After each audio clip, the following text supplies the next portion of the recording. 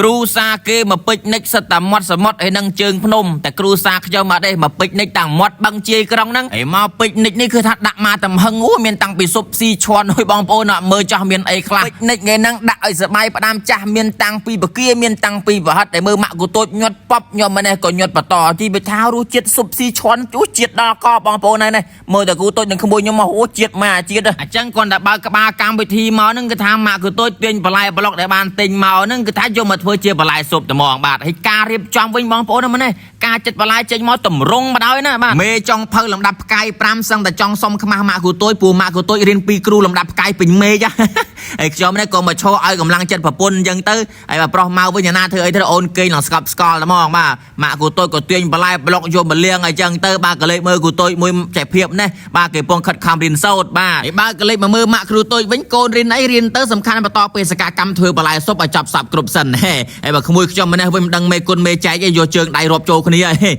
បាទឥឡូវនេះបន្ទាប់ពីធ្វើបន្លែឲ្យម៉ាក់គូតូចចាប់ផ្ដើមបាទយកខ្ទឹមសខ្ទឹមបារាំងខ្ទឹមក្រហមស្អីហ្នឹងបាទមានម្ទេសមានអីហ្នឹងបាទគឺក៏ឡុកចូលគ្នាបាទណែហាន់ឲ្យស្អាតចឹងទៅហើយក៏លេខមកមើលប្រុសស្អាតនេះស្ពៃវិញក៏ថាមកដោះសូឡាហើយដោះសូឡាហ្នឹងយកទៅធ្វើស្អីបាទគឺបំភ្លឺពេលយប់អញ្ចឹងបន្តភ្ជាប់ពីនេះស្ពៃដោះសូឡាហើយក៏លេខមកមើលម៉ាក់គូតូចពងគោស្ករឲ្យបាទឯស្ករនេះមិនធ្វើតាំងម៉ែណាបាទគឺថាបាទនេះរៀបចំធ្វើទឹកកាពិហូបមួយស៊ុបចឹងទៅហើយក៏លេខមើលបាទនេះស្ពៃហ្នឹងគឺថាដោះបានហើយសូឡានេះភ្លឺយប់ហ្នឹងភ្លឺចាច់ហើយទឹកកាពិម៉ាក់គូតូចនេះក៏ក្រហមឆ្អិនចៅឈ្ងុយឈ្ងប់អូយបងប្អូនឲ្យពេញបន្ទប់ពេញផ្ទះហើយក៏លេខមើលនេះស្ពៃរត់រះយកសូឡាដាក់ក្នុងគូតឡានហើយចំណែកម៉ាក់គូតូចនេះខិតខំហាន់សាច់គោដាក់ក្នុងចានហើយមកហូបបានមានប្រព័ន្ធម៉ានេះស្ពៃដាក់ចូលក្នុងធុងស្នោទាំងអស់បាទហើយក៏លេខមើលកន្លះគូតូចនេះជាមួយនឹងជាភាពបាទយកបាទចានអីដាក់ក្នុងគូតឡានហើយបាទហើយរៀបចំបងប្អូនហើយនេះជួយយកម្នាក់ម្ដាយមួយជើងបាទឆ្នាំងចង់ធំជាងអ្នកយកទៀតបងប្អូនហើយនេះបាទឥឡូវយើងរៀបចំហើយអស់ហើយបងប្អូនអញ្ចឹងចេញដំណើររាវចេញពីបាទប្រសិទ្ធទៅហើយបងប្អូនមកទៅនោះទៅជាយក្រុងវិញនៅក្បែ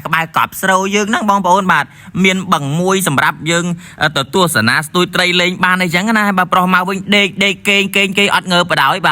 ាទឥឡូវនេះបាទយើងធ្វើដំណើរតាមផ្លូវនេះស្អាតណាស់បងប្អូននេះមានដើមថ្នោតខ្ញុំចូលចិត្តអញ្ចឹងជាក្រុងឲ្យបងប្អូនប៉ុន្តែមានកន្លែងលេងនេះបងប្អូនណាមានគេមកពេជ្រនិចបដាហើយខ្ញុំមួយបាទគ្រូសាខ្ញុំគឺមកពេជ្រនិចហ្នឹងដែរបាទប្រុសមកនឹងក៏ចេះទៀតមកដល់ទីតាំងភ្ញាក់ល្មមនេះគេស្រស់ស្រាយគេមកដល់មានខ្ចោះមានអីម៉ាក់ក៏ទួចកាន់កទេរមើលកន្លែងបោះទីតាំងហើយប្រុសមកនេះក៏ឈរស្វាគមន៍ខ្ញុំក៏ទាញបាទចាប់ផ្ដើមសម្ភារៈយើងទៅលាក់ចុះមកក្រោមបងប្អូនណែបាទនៅជាយក្រុងមែនប៉ុន្តែយើងអាចមកពេជ្រនិចបានយើងអាចមកលេងបានលក្ខណៈគ្រូសាមករំហែមើលទឹកមើលអីយ៉ាងមើលដូចអ៊ំខាងនេះបាទគាត់មកស្ទួយត្រីផងអីផងនេះមើលក៏បានត្រីអីរបស់គាត់ទៅទុកហូបអីចឹងទៅបាទនេះខ្ញុំមកអង្គុយមើលគាត់ប៉ុន្តែអ្វីសំខាន់អ៊ំកំពុងស្ទួយក៏បីមកវងចុះមកផឹកទឹកផ្អើលត្រីគាត់អស់បាទ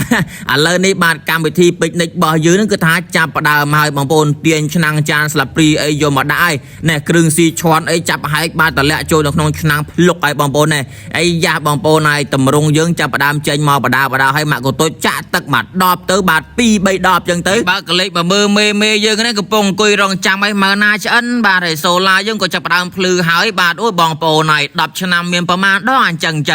បាទហើយសឹងបាទគ្រូសាខ្ញុំវិញសឹងរាល់ថ្ងៃមានវាស្រែផងចឹងទៅបាទមានជាយក្រុងមានជើងភ្នំមានគ្រប់សពបែបយ៉ាងបាទចាំបាច់អីមានលុយច្រើនបានដើរលេងអាមានលុយតិចហ្នឹងក៏ដើរលេងបានគាត់ថាយើងបាត់មានលុយតិចហូបតិចមានលុយច្រើនហូបច្រើនចឹងទៅបាទហើយបើគេមានលុយខ្លាំងគេហោះទៅហូបក្រៅប្រទេសចឹងណាតែយើងបាច់ក្រៅឯណាទេបាទហ្នឹងហើយឥឡូវស៊ុបយើងហុយហើយពូឲ្យបងប្អូនណែឥឡូវនេះម៉ាក់កូតូចចាប់ផ្ដើមដាក់ស្ករដាក់អំបិលប៊ីចេងអីផ្សេងទៀតដើម្បីឲ្យរសជាតិស៊ុបកាន់តែមានរសជាតិឆ្ងាញ់ចឹងណាបងប្អូនបាទឥឡូវដាក់បន្លែប្លុកចូលហើយក៏មិនភ្លេចដែរនេះមានតាំងពីប្រហិតអូយបងប្អូនហើយប្រហិតនេះប្រហិតស្អីគេតៅហ៊ូមានតាំងពីប្រហិតសាច់គោអូមានច្រើនណាស់ហើយបាទអ្វីដែលសំខាន់ហ្នឹងគឺថាមានតាំងពីបង្គាទៀតអូយបងប្អូនបង្គាលេងឌុងថងចឹងប្រហើយបាទហើយនេះក្មួយរបស់ខ្ញុំហើយជាមួយនឹងកូនខ្ញុំនេះគេថាអូថ្ងៃនេះនឹងផ្អែមមាត់ទៀតហើយបាទហើយខ្ញុំដុសទឹកកាពិណែបងប្អូនទឹកកាពិធ្វើខ្លួនឯងអូអត់បញ្ហាទេណែពេជ្រនិចមកសបាយឈាមកសបាយឈាបែបសាបចឹងណាបាទបើកឆ្នាំងស៊ុបមកខ្វាច់មកបង្គានៅលើគោកបាទឥឡូវម៉ាក់ក៏តូចចាប់ផ្ដើមដុសបាទឲ្យគ្រូតូចមួយចានហើយ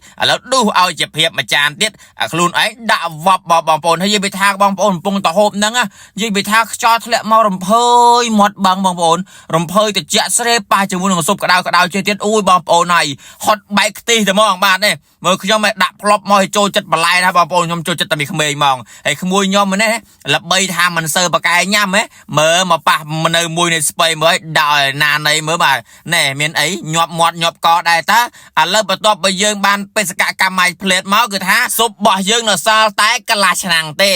ស្អែកឡើង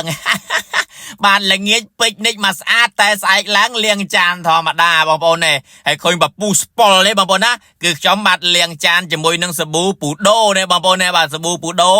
ជាផលិតផលស្នាដៃរបស់កូនខ្មែររបស់យើងបងប្អូនបាទហើយនិយាយថាកំចាត់ខ្លាញ់បានល្អណាស់បងប្អូនគាត់តែលាងហើយក៏ថាឆ្លោះមុខឃើញតែហ្មងបងប្អូនបាទហើយចឹងប្រើទៅសម្អាតចានឆ្នាំងរបស់យើងស្អាតល្អហើយចឹងបងប្អូនបាទកុំភ្លេចចង់រត់ទិញអីតាក់ទងតាមរយៈ Page ពូដូនេះបងប្អូននេះបាទអរគុណច្រើនជម្រាបលាបាយបាយ